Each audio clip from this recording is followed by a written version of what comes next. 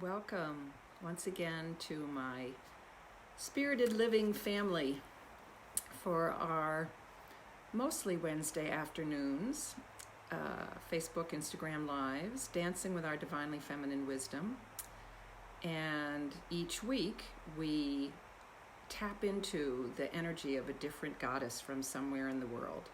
And as I've said before, I say at most calls, what we are doing here is really reclaiming the divine feminine in all of her wisdom, which is contained within all of us, which has been sublimated, is probably putting it nicely, over the last, say, several thousand years. And what we really make a concerted effort to do here is to bring back those qualities of the divine feminine through understanding and reclaiming some of these goddesses that, I've heard of all of them at one point or another because of the kind of work that I do. I've been playing with the goddess for officially maybe 30 years or something like that. And I think what I love to bring to these messages is an idea of how you can connect with them and maybe get a little bit of history, a little bit of mythology, a lot of divinely feminine wisdom, I hope. So today, that is through the Mayan goddess Ixchel. And I actually I've had this statue for a while. She is the world weaver. Let's see if I can get her in a place that everybody can see her. You can see her sitting at her web, entranced with her nest weaving bird. She is the goddess of the moon, of healing, of childbirth, and it's perfect that she is a moon goddess because, of course, many of the goddesses are from around the world, but today is a full moon, a very powerful full moon. I did our monthly telemeditation today at noon, which you can, I haven't posted the link yet, but I will shortly, that really talks about how powerful this flower blood Sagittarius full moon with a lunar eclipse. Won't go into all that here, but she is a moon goddess herself, and she there are several places in Mexico that she has been worshipped and venerated over the years and continues to today, which is pretty cool. The divine feminine is alive in really much alive in very many parts of the world. So she's healing, she's childbirth, she's fertility.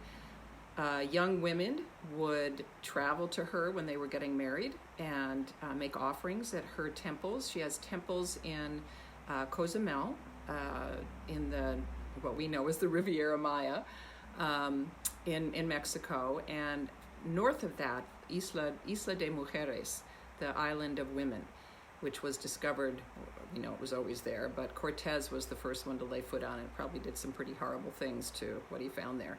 But what he did find are many representations, clay figures of Ixchel in her face of a young weaving woman. Maybe that's who our weaver is here.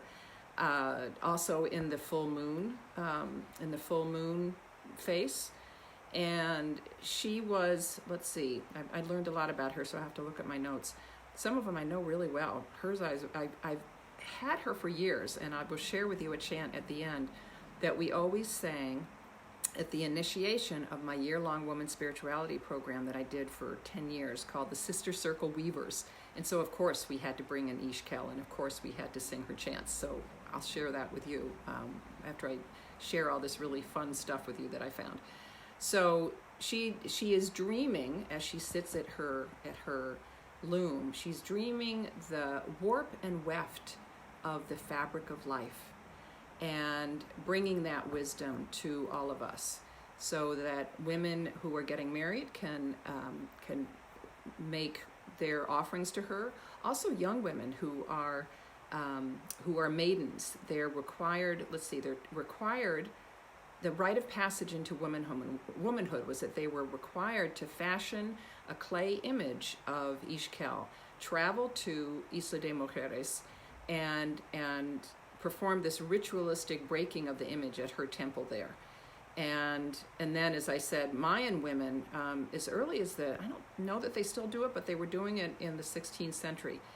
if they wanted a fruitful marriage, remember she's the goddess of fertility, they would travel to her sanctuary in Cozumel and do their pilgrimages there. A priest was hidden in a large statue at Cozumel for these newly married women who would give them oracles, who would tell them, what he saw for their future and their marriage and their children. So that's a little bit of the history of how Ixchel was honored. Nowadays, it still goes on, and this is why I picked her for today. At 5 a.m. on May 26th, there is a reenactment of a very sacred pilgrimage that was made by the ancient Mayans, where Ixchel was said to call on the tribe members of the Pole and give them a message. They would then make their way. They would have to cross the sea to Cozumel. And why this was especially sacred is that they had to cross this very sacred space, which was considered the sacred underworld and the threshold of the gods. So the underworld, they were in effect journeying through the underworld to make this offering to Ixchel. And I'll probably, I don't know that I'm pronouncing it correctly, but the underworld in their language was Ishblaba, Ishiblaba. X in the Mayan language, I've learned over the years, is sh, like Ixchel. And you can see her spelling here. Once they arrived at Cozumel, or Cozumel, as they called it, the canoeist would give the sacrifice to the goddess, who always responded, like the priest and the oracle, with a message for their communities. So what happens nowadays is that teams form. As many as 300 people who are friends, family, onlookers of the team members come to watch them, and it's a big celebration. Lots of incense, lots of festivities. The canoeists themselves are dressed out and are adorned in beautiful jewelry and traditional clothes, and they set off at sunrise. The master of ceremonies begins to recite quotes from the Popol Vuh, the sacred Mayan book, and everyone's dancing. There's all kinds of festivities going on. And then they set off, these canoeists set off to paddle for 8 hours, kind of like a mini marathon. Well, actually for paddling, that's probably a major marathon. For 8 hours, crossing the sea, covering the ancient Mayan trading route that they would cover, that their ancestors covered. And then when they arrived at Cozumel, there's of course a big welcoming committee and lots of celebration. And they would the first victory was celebrated there, and they would go to the temple and make offerings to Ixchel. They do this now. And then the next day, they have to sail back. They have to sail those same 8 hours back to Xcaret, which is on the coast, on the Mexican coast, the Riviera Mayan coast, to bring the message of Ixchel, what she let them, the oracle that she provided for them. And it's apparently a very emotional, very spiritual occasion for this. So we will not be doing any canoeing right now, but maybe if you're going to do that this summer at some point, think of these extraordinary canoeists who traveled through the underworld, metaphorically traveled, descended into the underworld, descended into the spiritual realm, the realm of the gods, and came out the other side in order to honor this very sacred deity for them. So the song, the chant I will share with you, is one of my favorites, and it actually, if I had someone else to sing with me, you'd get the full effect, but I'll sing both parts of it. And sometime, try it out. You can sing both parts of it yourself separately. It goes, we are the flow, we are the ebb, we are the weavers, we are the web, we are the flow, we are the ebb, we are the weavers, we are the web, hand by hand, strand over strand, thread by thread, we weave the web. We are the flow, we are the ebb, we are the weavers, we are the web. We are the flow, we are the ebb, we are the weavers, we are the web. Strand, hand by hand, strand over strand, thread by thread, we weave the web.